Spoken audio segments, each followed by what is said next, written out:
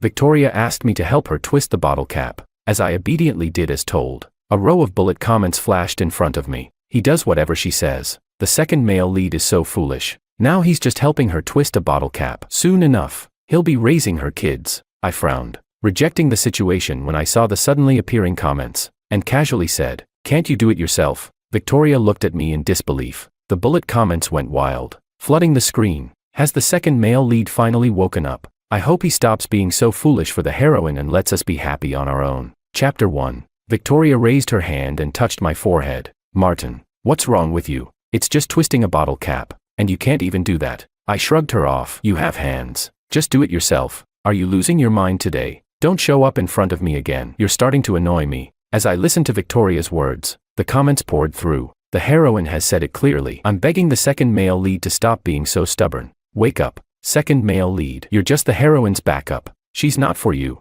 I can't stand thinking that the heroine got pregnant for the main guy, and now we have to watch poor second male lead become the sucker. This is infuriating. Seeing the last comment, my hand clenched tightly. In that moment, I realized I was the second male lead in a romance novel, the one who loved but couldn't have the heroine, and Victoria was the heroine of this story, the one who betrayed her family, broke off her engagement, dropped out of school, and even got pregnant, ruining her life all for the male protagonist. Victoria looked at me with a somewhat dazed expression, waving her hand in front of me. "What's wrong? Why are you spaced out? Can't you see?" I pointed to the comments in front of me. Victoria glanced at the screen, but instead of seeing the comments, she looked through them and saw a man running towards her, his face full of joy. "Thomas, you're here." Victoria hooked her arm around Thomas's, her eyes filled with affection. "Great. Isn't that the supposedly obedient, secretly bad male protagonist, second male lead? You need to open your eyes. These two are going to ruin your life. Please, second male lead, run away. Don't stay with these crazy people."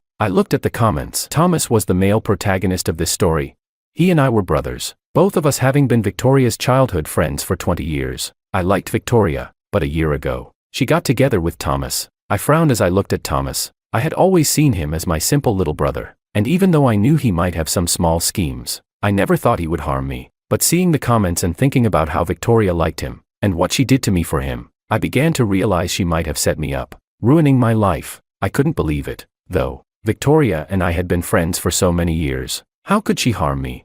"Victoria, it's time for class. You should head back. Thomas wants me to go racing with him." "You go to class on your own." "Victoria, you skipped classes with Thomas last semester and failed. If you skip again, you'll be held back or even expelled." "Enough, Martin. You know, without Thomas, I wouldn't be alive today, and I won't leave him." Victoria finished saying that and walked away, jumping onto Thomas's motorcycle, leaving without a second glance. I stood there, watching Victoria's retreating figure, feeling helpless, but I had no right to stop her. Just then, more comments appeared. "The heroine is basically ruining herself now. After this race, she'll be in a cast for half a month. She used to be a good girl, but look at her now. If it weren't for the male protagonist, she wouldn't have fallen this far." Second male lead, don't follow them. Let them destroy themselves. Don't get in the way. I stopped in my tracks and thought deeply as the comments flooded in. The class bell had already rung. But if what the comments said was true about Victoria, how could I just abandon her? Without even thinking, my body was already moving toward her. What's the second male lead doing? Is he going to save the heroine? Oh no. Second male lead, don't be foolish. The main couple loves racing. If they crash or get hurt, it has nothing to do with you. Second male lead, you're so dumb. Can we just get rid of all these love-struck fools in the world? I paid no attention to the comments insulting me and just kept running. By the time I arrived, I saw an empty stretch of mountain road where Thomas and Victoria were racing. Thomas was holding the motorcycle with one hand while casually eating cherries that Victoria was feeding him. He didn't care about his surroundings at all and kissed her nonchalantly. "Thomas, Victoria, be careful." Thomas, lost in his little world with Victoria, didn't notice the sharp turn ahead. I shouted and ran toward Victoria's direction. Only when Thomas heard my voice did he hurriedly slam on the brakes, scraping the side of a stone wall, before finally coming to a stop. Chapter 2. I walked up and grabbed Victoria's arm. "Victoria, do you have any idea how dangerous this is? Come back with me." "Martin, what are you doing?" Victoria pulled my hand away and gently held Thomas's wrist, blowing on it with concern. "Thomas, does it hurt? Let me blow on it for you." At that moment, I felt like an extra, wishing I could just bury myself in a crack in the ground. Is the second male lead stupid? He's practically become part of the male and female leads flirting. Please, second male lead, Open your eyes. The heroine isn't worth it. I feel so bad for the second male lead. He almost died saving the heroine before. It's just not fair. I clenched my fist tightly. A year ago, Victoria had a car accident and needed a blood transfusion. But the blood bank didn't have her blood type. I donated blood until I passed out from blood loss. When I woke up, I only saw Victoria holding Thomas, crying and thanking him. In that moment, I realized Thomas had stolen my credit. That night, Thomas knelt in front of me and told me how much he loved Victoria. Seeing how Victoria became more and more dependent on Thomas, I finally gave in, burying my feelings deep inside, never to let anyone know. But now, Victoria was becoming more and more unlike the person I knew, following Thomas's lead, neglecting her studies and safety, heading toward the path described in the comments. Victoria, how long are you going to keep pretending to be clueless? Victoria's actions of blowing on Thomas's wrist paused for a moment. She bit her lip and looked up at me. Martin, what do you mean? I mean, can't you see how much you've changed? Why do you have to act like this? Why do you have to degrade yourself for Thomas? Second male lead. Aren't you also degrading yourself? Please wake up. I'm speechless. Just get rid of all these crazy people. I really want to slap them all. Victoria clenched her fist, her eyes bloodshot, a few tears hanging at the corners of her eyes. Thomas saved my life, and we're a couple. Whatever we do is our business. You have no right to criticize us. I criticize. I suddenly realized how laughable I sounded, always putting Victoria first, yet now I had become the one meddling. I stepped forward and grabbed Victoria's arm. Are you really this deep in love with Thomas just because of what happened a year ago? Don't you know that it was actually? Before I could finish, Thomas stepped in front of Victoria, pushing me aside. Bro, Victoria is my girlfriend. Please stay away from her. The comments couldn't take it anymore. Taking credit for someone else's work, how can the male lead be so shameless? Male lead, have some shame. Poor second male lead. No matter how deep the love, it's no match for the male lead. Wake up and see the truth. I heard Thomas's shameless words and punched him in the face. Thomas was stunned by the punch, staggering back, unable to recover for a while. When Victoria saw Thomas had been hit, tears instantly fell from her eyes. She raised her hand and slapped me. Martin, have you lost your mind? This is your brother. How could you hit him? I touched the handprint on my face, still stinging, but I gritted my teeth, holding back tears, and grabbed Victoria's hand. Come back to school with me. Don't do something you'll regret. Martin, what's wrong with you today? Victoria jerked her hand away from mine, looking at me with disdain. But when she turned to look at Thomas, her eyes softened with affection. Thomas wiped the blood from his mouth and took Victoria's hand. I'm fine. Maybe my brother is just overwhelmed with school. Victoria, don't blame him. Victoria, however, was crying as she touched the bruise on Thomas's face, her voice trembling. He hit you so hard. How could you be fine? She looked up at me, tears streaming down her face, her eyes sharp with fury. Martin, I know what you're trying to say, that you were the one who donated blood for me, but let me tell you, I've always loved Thomas, and it was never about that blood. In that moment, I finally realized Victoria had always been clear about this. I had been foolish to think that donating blood and passing out could earn her love, but the truth was, she never loved me. It had always been this way. The second male lead is about to cry. The heroine never cared about his life. Second male lead. Don't be foolish. The world is so big, don't waste your time on these two. Go ahead. There's someone better out there. Second male lead. Just go. Victoria. Thomas's voice trembled, and it only made Victoria look at him with more pity. Don't blame my brother. It's my fault for being with you. Thomas, I love you. It's always been you. She stood up and left with Thomas. The vast empty land was now only me, a motorcycle, and the drifting sand. I walked back to school in despair. The entire night, I was tormented by nightmares. But when I woke up in the morning, I noticed Thomas wasn't in the bed opposite mine, and a feeling of fear swept over me. I thought of the comments saying Thomas would soon rise to prominence, becoming the true male protagonist. But Victoria was just one of his many admirers, insignificant, even though she had become pregnant, dropped out of school, and ruined herself for him. I hurried out of bed and ran to the girls' dormitory, waiting for a glimpse of Victoria, but instead, I saw her holding Thomas's hand, walking into the school gate, with a rosy flush on her face. When Victoria saw me, her eyes flickered with a hint of avoidance, but she still walked toward me. Chapter 3. Thomas looked at me smugly. Bro, what are you doing here so early? Are you looking for Victoria? But last night, I was with Victoria. It's over. The heroine has really gone down the wrong path now. Second male lead. Run away. Don't be a sucker or you'll end up destroyed. Seeing the comments, I grabbed Thomas by the collar and swung a punch at him.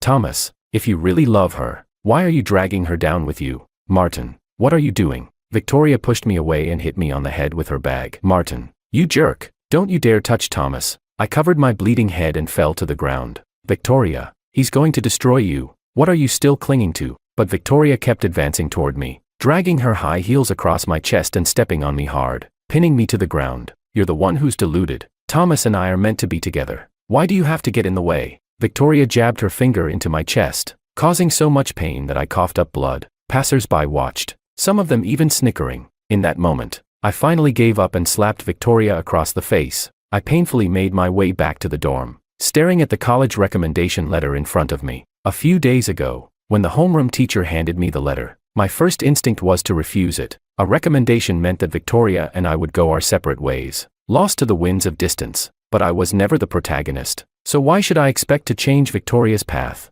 Second male lead is heartbroken. The heroine is so ruthless. Little dog, stop crying. Run away from these two crazy people. Please, author, give the second male lead a happy ending. Don't let him take the fall for the main guy. As I read the comments while filling out the recommendation letter, a figure suddenly appeared behind me and patted me on the back. Martin, what are you writing? I turned around and saw Thomas, instinctively hiding the letter to the side. In front of others, Thomas was harmless, but behind closed doors, he always tried to take anything I had, as if to prove how great he was. Seeing my action, Thomas's eyes darkened with malice. Martin, you're not writing a love letter, are you? He reached for the letter I was hiding behind me, and I desperately pressed it down. Thomas, it's just a piece of paper. What are you doing? What's wrong with a piece of paper? Let me see. Thomas twisted my arm, and in pain, I released my grip. He seized the opportunity and snatched the letter away. The moment he saw it, his eyes widened with fury. Martin, why are you going for a recommendation? I looked at him blankly. I've been at the top of my major for years. What's wrong with applying for a recommendation?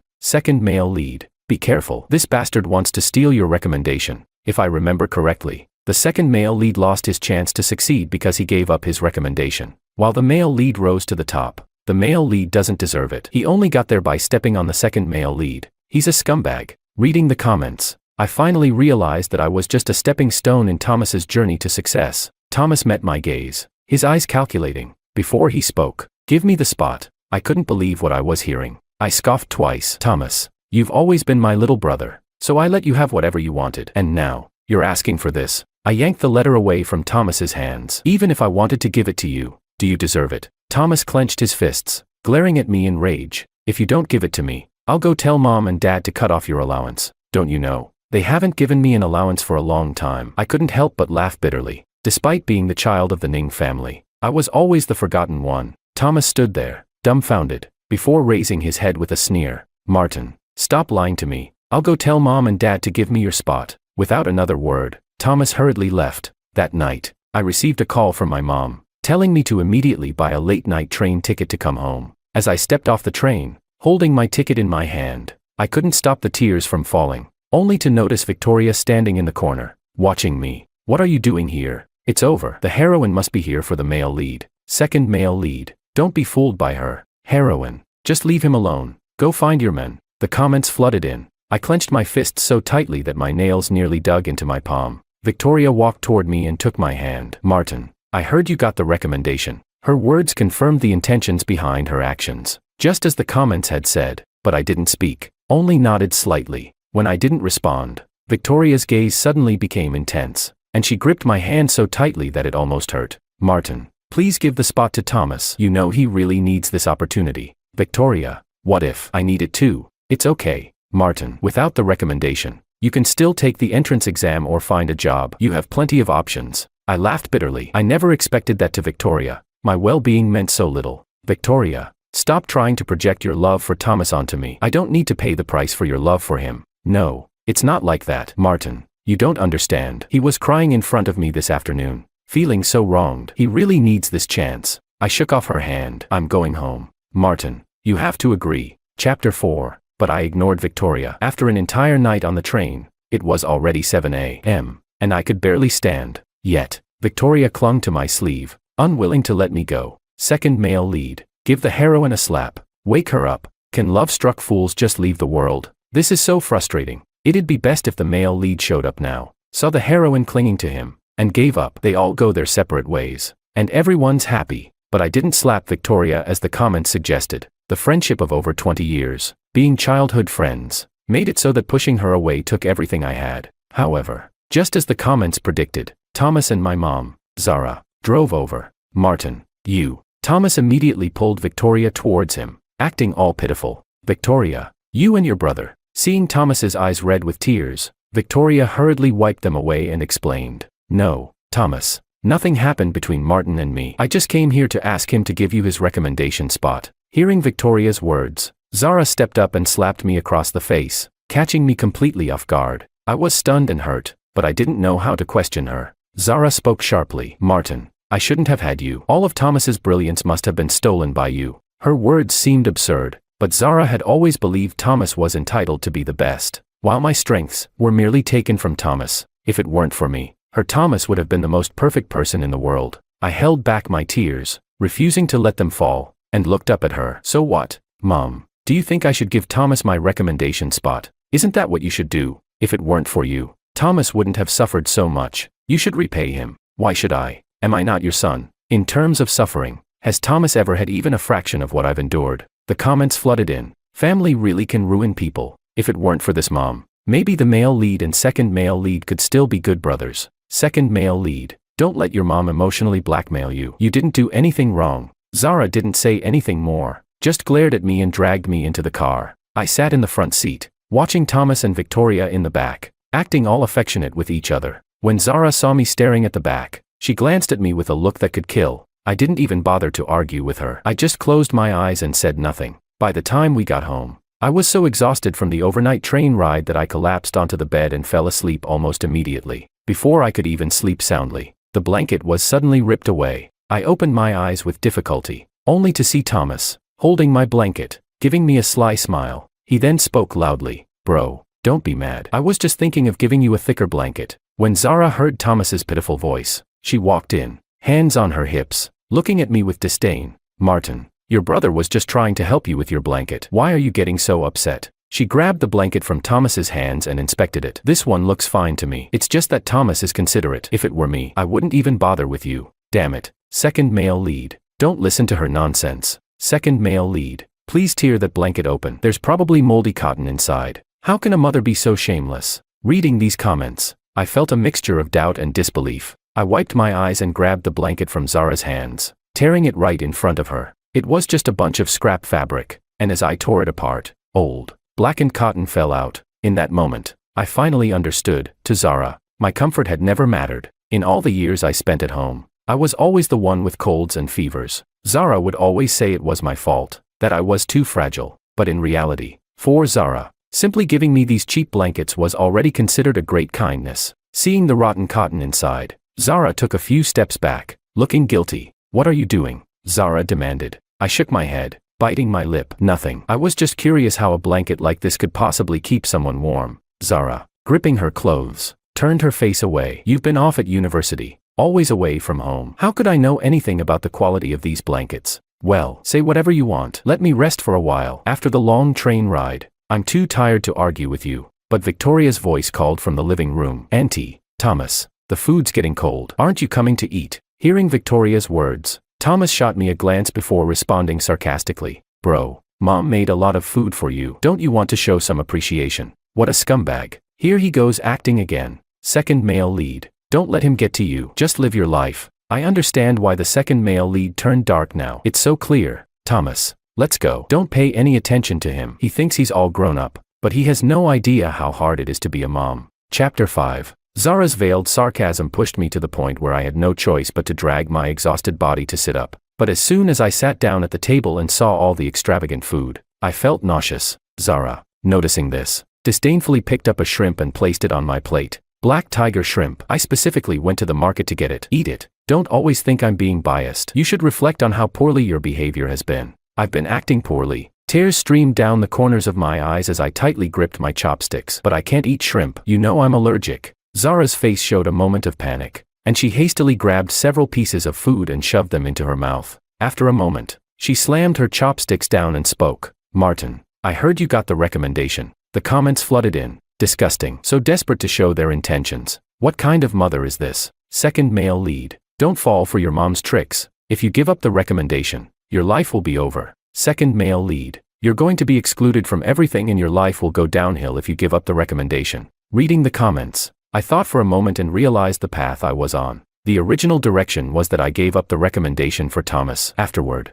I failed my graduate exams and struggled to find work. When Thomas returned, I would be nothing but a worthless failure, and Thomas would manipulate me into covering up his company's shady dealings, sending me to prison for life. I nodded. Yes, so what? Zara saw my attitude and her expression turned angry. You know how hard Thomas has it, so you should make way for him. Just give him the spot. I picked up my food and said, the recommendation is based on grades. He doesn't have them. It doesn't matter. I can use money to make connections for him. It's not a problem. I sneered. Zara had never thought to do anything for me. Ever since I went to university, she hadn't given me a single cent. I really didn't know who had it harder. Since you have so much money, why don't you just buy a recommendation spot for him? Martin, Thomas is your brother. What's wrong with giving him the spot? Exactly. Thomas has worked so hard. Why doesn't he deserve a recommendation? Victoria chimed in, looking up at me through teary eyes, leaning into Thomas's arms. Really? I stood up and walked over to Victoria, lifting her chin. Then, how about I give the spot to Thomas?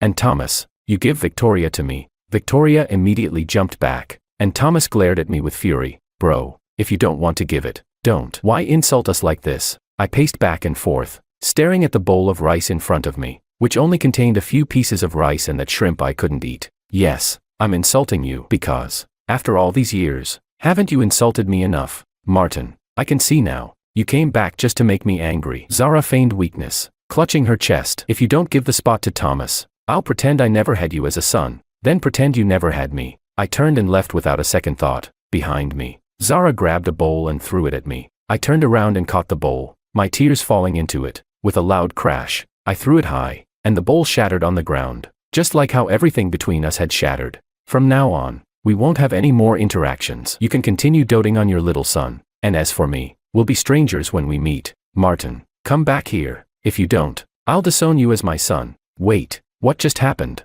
Did I miss something? This plot is going all wrong. Second male lead has finally used his brain. He didn't give up the recommendation. The comments were full of surprise. Despite the chaos behind me, I didn't look back. Once back at school, I immediately filled out the recommendation form and handed it to my advisor. Then, I moved out of the dorm. Since Thomas was in the bed across from me, I felt uneasy. Once I moved out, I wouldn't have to see him anymore. As for him and Victoria, they no longer had anything to do with me. But while I was moving my things, Thomas suddenly returned, just as I was about to leave, and we bumped into each other. It's over. The male lead is back. Is he here to stir things up again? The recommendation form is already submitted. He's beyond redemption now. Second male lead. Punch him. Seeing my luggage, Thomas eyed me suspiciously and kicked it aside. Martin, what are you doing? I'm telling you, you better go back and apologize to Mom. She's really mad this time. I pushed his hand away. It's none of your business. How is it none of my business? Are you planning to move out? Where are you getting the money from?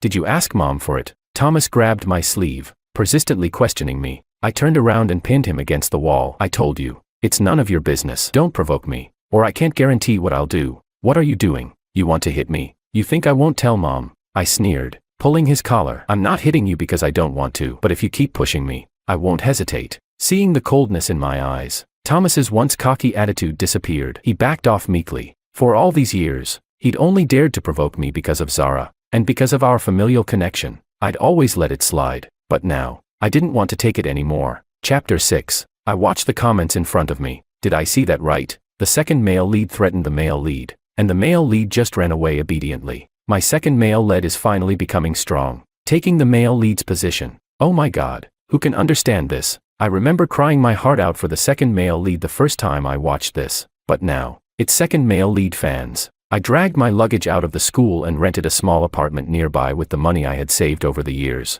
For the last few months, I hadn't seen Thomas or Victoria. Even the school, I avoided as much as I could. I only went to school occasionally to do experiments with my advisor. Thomas had his grand male lead aura, and it had nothing to do with me. I just hoped he wouldn't interfere with my life. As for Victoria, someone who didn't love me but still tried to use me wasn't worth a single thought from me. I had never considered what life would be like alone. Now, I cooked, read, and spent my time on my own, lying in the chair on the balcony, letting the sunlight warm my face. I felt a peace I had never known. During this time, Zara called me a few times, but I didn't answer. After all, her words were always about how unfilial I was and how she wished she had never had me. They were unpleasant words. Why waste my time answering them?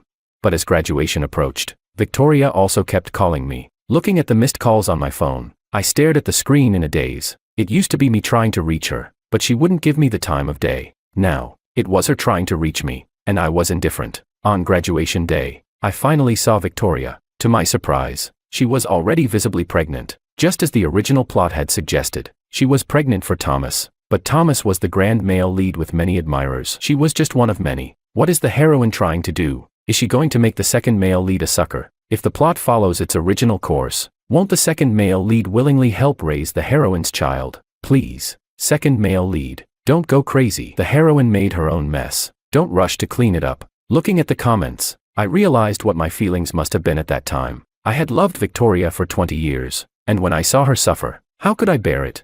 Naturally, I did whatever she asked, even if it meant being the one to pick up the pieces. But now, I could see everything clearly. Victoria, with her pregnant belly, walked towards me, and I stepped back, but she caught my arm. Martin, don't go. Victoria, what do you want? Martin, I'm pregnant. It's Thomas's, I sneered, glancing at her belly. I figured that out. So what? Martin, I know you love me. Since you love me, can you love me a little more, and love my child too? I could hardly believe what I was hearing. It was like filthy words in my ears. Victoria, do you know what you're saying? Are you out of your mind? No, it's not like that. Martin, I'll make this child call you dad. It'll be your child. No need, I said with disdain. Why should I get dragged into this? This is Thomas's child. Thomas has his big ambitions. He said this child will only hold him back. But you, Martin, you're a good person. I stepped away from Victoria as she tried to grab my hand, walking briskly. Victoria, I've tried to bring you back to your senses, but you wouldn't listen. Martin, I heard Victoria's screams behind me but couldn't imagine what her future would be like. I even realized that one day, the comments disappeared from my screen.